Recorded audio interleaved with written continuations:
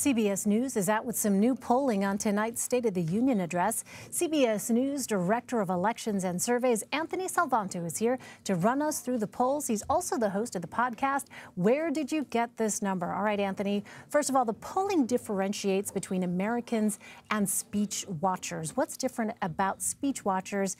And is President Trump really talking to a national audience here? Hi, Elaine. Well, historically, a president's partisans are much more likely to watch a State of the Union speech than people across the nation as a whole. So perhaps not surprisingly, as we interview people and say, are you planning to watch the speech? We find that a lot more Trump supporters say yes. So in our most recent survey, people saying that they're going to watch the speech, about 2/3 of them say that they're going to watch, and they say, well, more than half really, say that they're Trump supporters, and another half say they're either Trump opponents or they're not sure. So maybe he swings some of those people who are on the fence with the speech tonight. But look, when there have been Democratic presidents, then Democrats have been more likely to watch a State of the Union speech. So historically, this is pretty well par for the course. Well, this will be President Trump's second State of the Union. But first, before divided government, Mr. Trump says he will talk about unity. Is that what people want?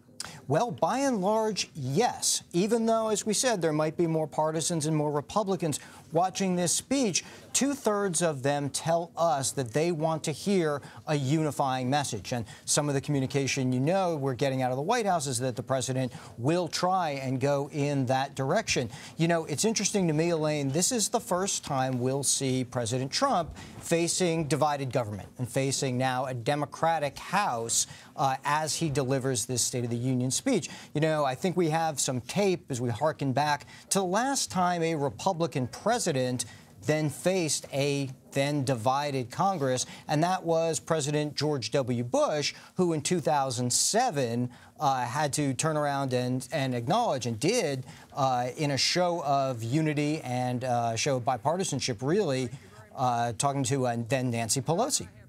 Well, what is the nation's feeling when it comes to the State of the Union?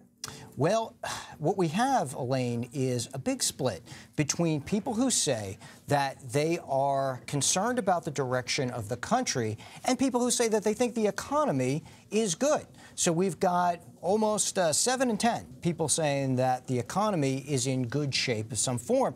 But then we ask, what do you think about the direction of the country? Well, a majority say that they think it's going in the wrong direction. And when we've asked people, well, how would you summarize the State of the Union? A third say that it's in good or great shape at the moment. And what you learn from that is how much politics, even more so these days than the economy, really affects the way that people see the direction of the country. And that, of course, again, brings so much back to what they hear from the president and from the Congress on nights like tonight.